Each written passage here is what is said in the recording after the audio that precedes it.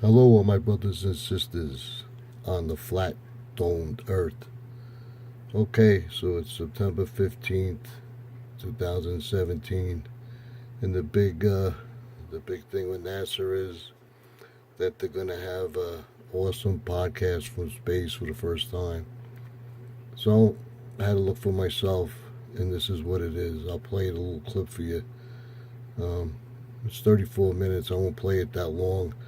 I'll end it where the one guy was talking about that he actually talked, or he knew someone that actually talked to an astronaut on the space station on his cell phone. Here it is.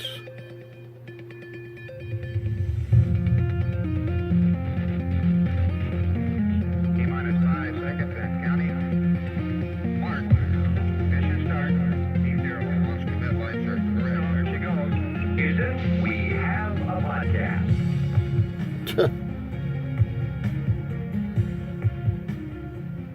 Hello, NASA TV, Facebook Live, Ustream, wherever you are watching around the world. Welcome to the very first live recording of Houston, We Have a Podcast.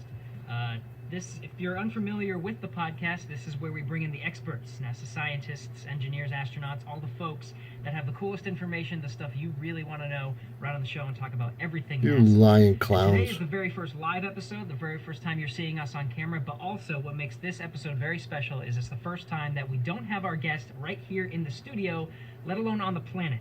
Today we're going to be talking to Jack Fisher aboard the International Space Station, and I cannot do this alone. Yeah, okay. So with me today I have a veteran of Houston Another We Have a Podcast, retard. and also my co-host today, Dan Hewitt. Dan, thanks for joining us. Yeah, it's real good to be back. I was on the first episode, and I'm not the expert. We are talking to the expert in space today. It's super exciting, and again, just And they want us to believe around this? That, we're about to talk to somebody in outer space.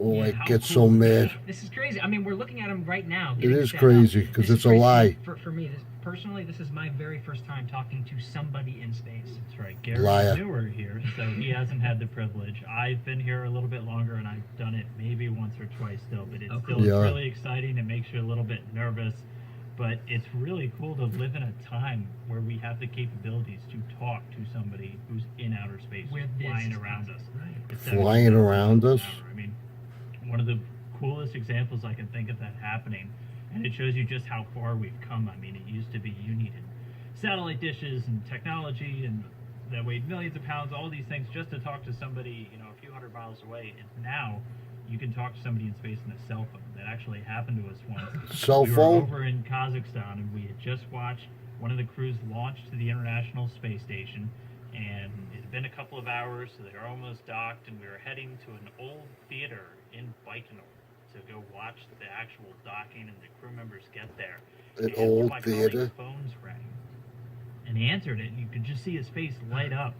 And it was just a real short conversation. Oh yeah, no, that sounds great. Sounds cool. Yeah, we'll definitely use that. That was it. He hung up, and he said that was the commander of the International Space Station. He just called me on my cell phone to tell me how he was setting up a camera to watch the crew members. Oh my God. I mean, just I'm like, done. blew my mind.